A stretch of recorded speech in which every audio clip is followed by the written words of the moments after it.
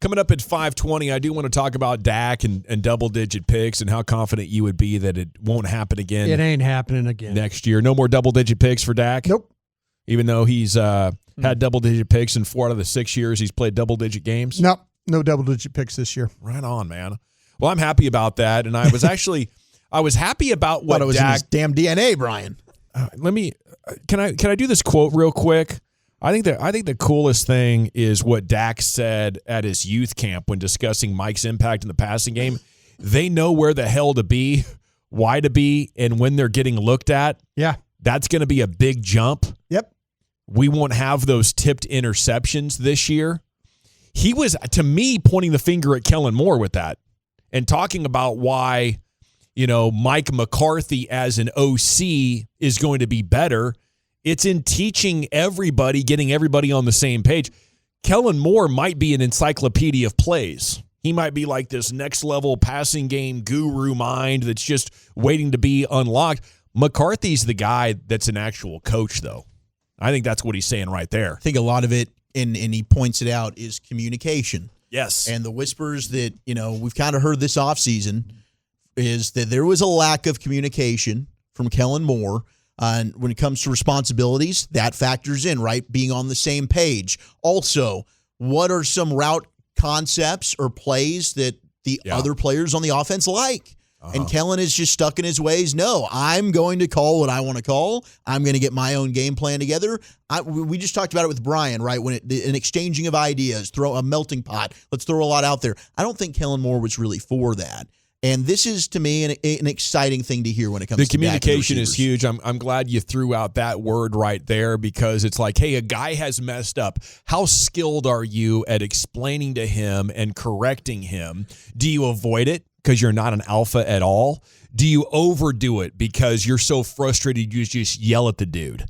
Can you actually coach it and have the impact go? I mean, everybody knows how hard it is to learn and just focus on what another person is saying for any more than a couple of seconds. It's tough work, and guys like Bochy are genius at it. I don't know how good Kellen Moore is at it, but I think last year the lack of connectivity, in their passing game, you would have to point back at the coaching staff, and we'll talk more in depth about that coming up in the 5 o'clock hour. I'm sure the coaching staff would point at the players. Sure, they did. There's some breakdowns where if you watch like Mike Martz on the 33rd team, Mike Martz does some breakdowns, and he's really defending Dak on some routes, and if you go back, he does some stuff in the Green Bay game where there was the separation between Schultz and Lamb.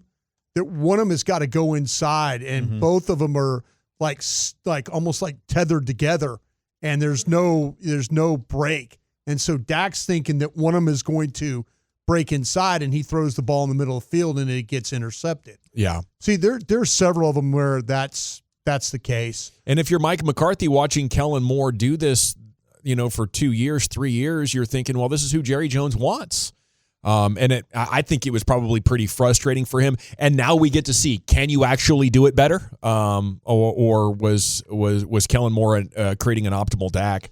Okay, 5:20 is the conversation for that. There's a lot of interesting Dak conversations going on, Chief, but I mean, the picks that I'm looking at is where I want to start here. The picks of Dak over the last couple of weeks.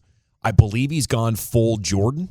He's a Team Jordan guy with the kicks. I think he went receding hairline. We'll see you later. Going full bald. Other side of 30 now. Receding hairline. I think Jordan was the one that sort of innovated this, or maybe not innovated, but made it popular. For young athletes who might be losing a little bit of the hair. If you just go full Bic, it looks more badass. It does. And he wears it well. He's got the perfect shape for it. Some people, they go bald and it's like, they weren't really built for this. I think he was built for this. And now he's freaking shredded. After being in the league Lean for machine. like 7 or 8 years, his weightlifting routine's pretty dialed in. He looks like a prize fighter now, is what that is. That's the 30 years old. He's got some of that full older man adult strength coming on board there. But I'm just impressed at how often Dak will make the right decision. And that's the right decision there, Brian. I'm still waiting for you to go full Bick. Oh, me? Full Bick? Yeah, you took a big step in the right direction last month, breaking out the clippers for the sides. I've actually got to get it cut before we go to camp. I'm kind of enjoying the fact that it's 103 outside, and I don't have that Doc. What was it, Doc? What's the guy's name? Doc Brown. Doc Brown hair. Yeah, you're transitioning from Doc Brown to like badass Brown. Yeah. We're gonna go full Bick and then go T. Right. See, that's the thing. Wouldn't that look sick? You come back with a little bit of that facial hair, and I think that's what Dak's done here as well. Is like he's let the beard go up a couple of notches now, where usually he'll keep it pretty clean. It's apparent, but more shadowy than anything. Now it's full on beard status, and I think that's the perfect way to do it. When you go with the bald head, you couple it with a nice little beard, and that's just oozing testosterone. Ladies love that. That's a manly vibe. I think so. Now you're not interested in the ladies anymore, is what I'm. No, I'm interested in Dak and his receivers being on the same page. Okay, to be honest with you, that's what. No, to me, that's where Clapback brought us live.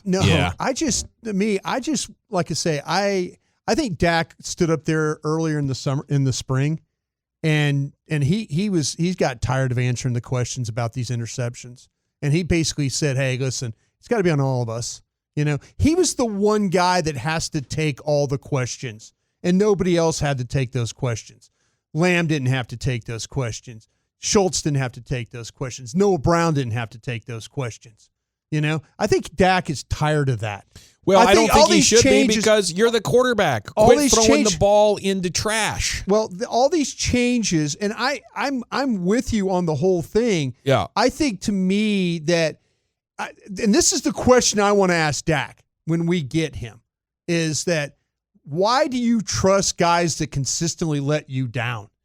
He will, I mean, and he'll say, well, wait, it's my teammates. You have to trust. But he constantly, quarterbacks, and I'm not saying Dak is not a good quarterback. I'm just saying that, guys, if you're letting me down when I'm throwing you the ball, you don't get the ball anymore. Yeah. If I'm finding out that I can keep hitting guys and I can keep keep moving it down the field, you're going to have to earn my trust back. I'm not going to sit there and throw the ball to you again, Noah Brown, when you keep batting it up in the air. Or I'm not going to throw the ball to you over here. Brown's gone, Schultz is gone. Those guys are gone. But CeeDee ran some poor routes for him too. The thing about it is, I just feel like, though, that he is to the point where he's like, damn it, I ain't going to stand up here and take all the heat for these. Well, I'll tell you what, you did a nice job a couple of weeks ago talking about how he's a winner and he's always going forward and he's refusing to lose. Yeah. Earlier in his career, how that manifested was in him running. Now he's trying to be the same refuse to lose player, but when the bleep hits the fan and he's got to make a play, now he's throwing that ball into traffic. Yeah. And it's just those couple of moments a game or couple of moments a month that I think are well below the standard of the ball security you want from an NFL quarterback.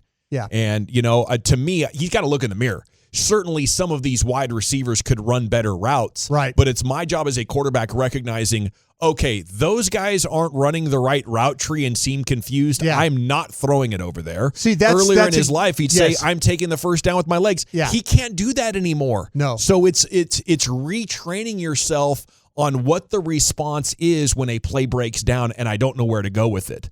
I think the last couple of years, too often, it's been, I'm going to try to throw this into that window. He doesn't have the arm talent to complete that ball. So, we're